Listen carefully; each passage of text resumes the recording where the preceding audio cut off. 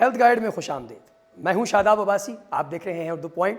جب ہڈیاں کمزور ہو جاتی ہیں تو ان میں خستگی اور بھربھراپن پیدا ہو جاتا ہے۔ ہڈیوں کا بھربھراپن آسٹیوپوروسس ایک خاموش بیماری کہلاتا ہے۔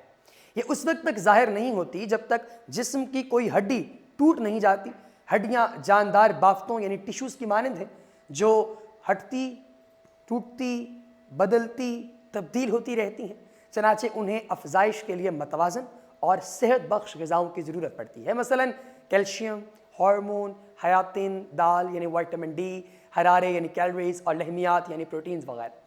انہیں صحت مند رکھنے کے لیے بھاری ورزش کی بھی ضرورت پڑتی ہے، مثلا دوڑنا، تیز قدموں سے چلنا، زینے پر چڑھنا، اترنا یا ٹینس کھیلنا ان تمام معاملات میں کافی سود مند ثابت ہوتا ہے۔ علامات کون سی ہیں جن سے آپ کو پتہ چلتا ہے کہ آپ کی ہڈیوں کا بھربھراپن ہو رہا ہے؟ عام طور پر جسم کی کوئی ہڈی ٹوٹنے کے بعد ہی پتہ چلتا ہے کہ ان میں بھربھراپن پیدا ہو چکا ہے اور وہ خستہ ہو چکی ہیں۔ عموماً سفر کے دوران اترتے چڑھتے، غلط انداز سے اٹھتے بیٹھتے یا کھڑے ہوتے وقت اچانک گر جانے کی وجہ سے آپ کی جو جسم کی ہڈی ہے وہ بعض دفعہ ٹوٹ جاتی ہے، اور اس کے بعد آپ کو اندازہ ہوتا ہے کہ آپ کی ہڈی جو ہے وہ اس لیے ٹوٹی ہے کیونکہ آپ کی ہڈیوں کا بھربھراپن ہو چکا ہے۔ جب کوئی بوڑھا ہو جاتا ہے تو ہڈیوں میں ٹوٹ پھوٹ اور ان میں تبدیلی عمل میں آنے لگتی ہے۔ وہ افراد جن کی ہڈیاں بھربھری یا خستہ ہو جاتی ہیں ان کے ساتھ یہ واقعات زیادہ پیش آتے ہیں۔ ہڈیوں کے بھربھرے ہونے کی بنا پر ہلکا سا دھچکا لگنے سے وہ ٹوٹ جاتی ہیں۔ جب ہڈیاں بھربھری ہو جاتی ہیں تو پھر جسم کے سارے ڈھانچے کو متاثر کرتی ہیں۔ کچھ حصے ایسے ہوتے ہیں جہاں ٹوٹ پھوٹ زیادہ ہوتی ہے، مثلا آپ کی کلائیاں، ریڑھ کی ہڈی اور کولے کی ہڈی وغیرہ وغیرہ۔ یہ جو آپ کے ہڈیوں کے بھربھرے پن کی علامات ہیں، ان علامات کو اگر ہم کمر کے اوپری، درمیانی اور نچلے حصے میں درد محسوس کریں تو آپ اسے ظاہر ہونا کہہ سکتے ہیں۔ آپ کی جو قامت ہے وہ تقریباً 2 سینٹی میٹر تک کم ہو جاتی ہے۔ پیٹھ پر کب یعنی کوہان بننے لگتا ہے۔ اور کن افراد کو اس کے زیادہ خدشات ہوتے ہیں؟ یہ سوال پوچھا جاتا ہے اکثر۔ اس بیماری سے ہر عمر کے افراد متاثر ہوتے ہیں، چنانچہ اسے عمر رسیدہ یا خواتین کی بیماری نہیں کہنا چاہیے، بچے بھی اس کا شکار ہو سکتے ہیں۔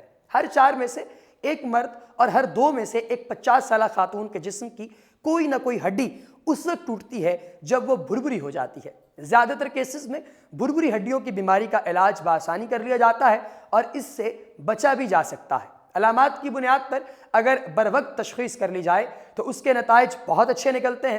جس فرد کی ہڈیاں بھربھری ہو گئی ہوں اس کے لیے ریڑھ کی ہڈی اور کولوں کا ڈیکسا اسکین کروانا بہت ضروری ہوتا ہے۔ اگر آپ کی ہڈیاں بھربھری ہو رہی ہیں یا اس کا خدشہ ہو تو آپ ہڈیوں کے سرجن یعنی آرتھوپیڈک سے مشورہ ضرور کریں، اور اپنی جو آپ کی غذا ہے، اس غذا میں جیسے میں نے شروع میں بتایا کہ آپ کو کون کون سی چیزیں چاہیے، آپ کو وائٹامن ڈی چاہیے، آپ کو پروٹینز چاہیے، کیلوریز چاہیے، کاربوہائیڈریٹس چاہیے، ان تمام چیزوں میں رچ جو فوڈ ہے جو کہ بیلنسڈ ہو، یعنی کہ اس میں کوئی ایک چیز بہت زیادہ ہو جائے، اس نہیں، آپ نے مکس ایسی چیزیں کھانی ہیں جن میں یہ ساری چیزیں موجود ہوں گی، اور بیلنس ڈائٹ اگر آپ کھائیں گے تو اس سے آپ صحت مند بھی رہ سکیں گے، خوش بھی رہ سکیں گے، توانا بھی رہ سکیں گے، اور اپنے پیاروں کے لیے باعث مسرت بھی بن سکیں گے۔ لہٰذا اپنا خیال کیجئے، اچھی چیزیں کھائیے، اور اللہ کرے کہ آپ اور میں ہم تمام صحت مند رہیں، کیونکہ جان ہے تو جہان ہے، ورنہ سب کچھ ویران ہے۔